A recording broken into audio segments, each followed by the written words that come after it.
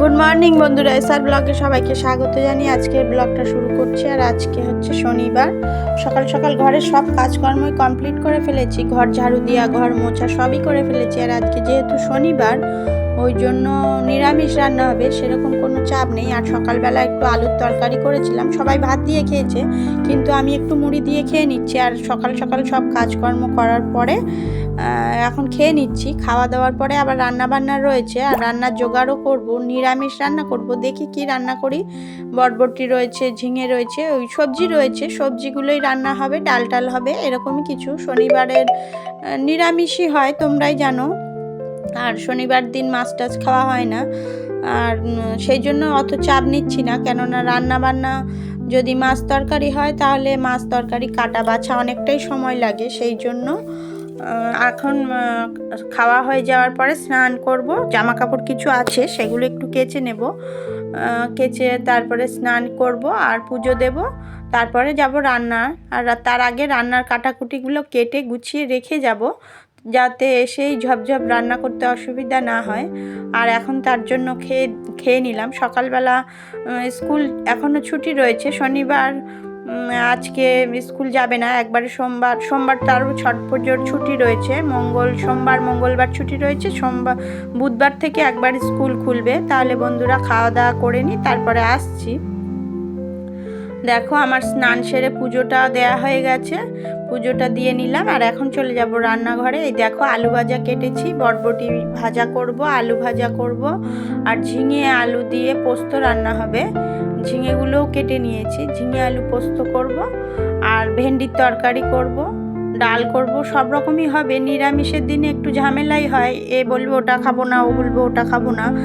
বাচ্চারা তো ডাল ছাড়া খেতেই চায় না, ওদের জন্য একটু ডাল করতে হবে। আর বড়রা তো ডাল সেভাবে খেতে চায় না, কিন্তু এই রকম সব ঝামেলার মধ্যে দিয়েই রান্না করতে হবে।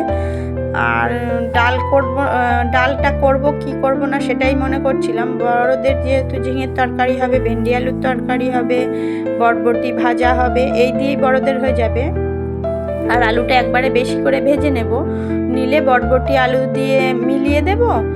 আর ওদের জন্য একটু আলু ভাজাও রাখবো, ওদের জন্য একটু ডাল করব, বাচ্চাদের জন্য একটু ডাল আর আলু ভাজা রাখবো।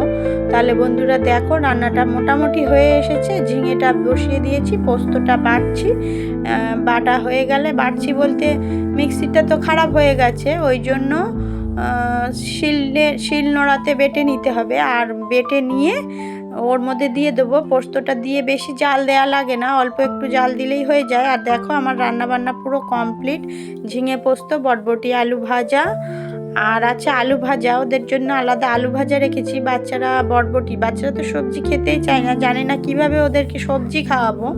আর এটা হচ্ছে ভেন্ডি আলুর তরকারি, খুব অল্প করেই রান্না করেছি। সবজি বাচ্চারা মোটেই খেতে চায় না, ওদের জন্য একটু এই যে ডালটা সিদ্ধ করেছি, ফোড়নটা দেওয়া বাকি আছে, মুগ ডাল সিদ্ধ করেছি, এটা একটু ফোড়ন দেব, তারপরে সবাইকে ভাত দেব। তাহলে বন্ধুরা দেখতে থাকো ভিডিওটি, সবাইকে খেতে দিয়ে নিই।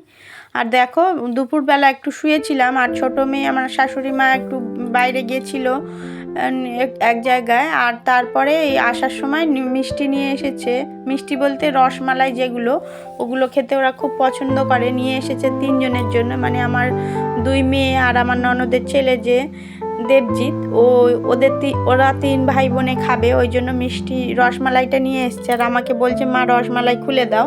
আমি বললাম ঠিক আছে রসমালাই খাও। তা ও একাই খুলতে চেষ্টা করছিল, কিন্তু পুরো দুধ মতন থাকে তো, ওটা ও একাই খুলতে পারছিল না, আমি একটু খুলে দিলাম। আমি যেহেতু শুয়েছিলাম, আমার চোখ মুখ দেখেই বুঝতে পারছো। আর শনিবার সেরকম কোনো বাচ্চাদের স্কুল পড়াশোনার চাপ নেই, ওই জন্য একটু শুয়েও ছিলাম। তারপরে শুয়ের থেকে উঠে ওদেরকে খুলে দিলাম, তারপরে ওরা খেতে চলে গেল। আর আমি শুয়ে পড়েছিলাম আবারও। আর একেবারে সন্ধ্যে 6:30 7টার দিকে উঠেছি। উঠে ছোটো মেয়েকে একটু পড়তেও বসিয়েছিলাম। এই যে দেখো এখন খেয়ে নিচ্ছে। ছোটো মেয়েকে পড়তে বসিয়েছিলাম, কারণ কালকে রবিবার, ওদের ট্যালেন্ট সার্চ পরীক্ষা রয়েছে। সেই ছোট মেয়ের এক্সামটা রয়েছে, ওই জন্য তার জন্য একটু প্রিপারেশনটা ঠিক করতে হবে। ওই জন্য ওদেরকে নিয়ে পড়তে বসেছিলাম। বড় মেয়ের মতন পড়তে বসেছিল। আর এই যে দেখো, পড়াশোনা করতে করতে সারা বিছানার মধ্যে বই খাতা, তার মধ্যে আমি একটু চা নিয়ে এসেছি। আর ছোট মেয়ে বলছে আমিও চা খাবো, তাই ওই যে চা খেতে খেতে ওই যে তাড়াতাড়ি করে ছুটে আসছে আমার দিকে, যে আমার সাথে ওর চা কম হয়েছে না বিস্কুট কি কম হয়েছে বিস্কিটটা, ওই জন্য ও আমার সাথে বলতে আসছিল। দেখো তাহলে চাটা খেয়ে নিই, আর এরপরে চা খাওয়া হয়ে গেলে ওকে আরেকটু পড়াবো, তারপরে 8টা, সাড়ে 8টা 9টার দিকে ভাতটা বসাবো। তাহলে বন্ধুরা, ভিডিওটি যদি ভালো লেগে থাকে লাইক কমেন্ট শেয়ার করবেন, সাবস্ক্রাইব করবেন, আমার পাশে থাকবেন। দেখা হচ্ছে পরবর্তী নতুন একটা ভিডিওর সাথে। ততক্ষণের জন্য টাটা। আর আমি তাহলে চাটা খেয়ে নিই বন্ধুরা।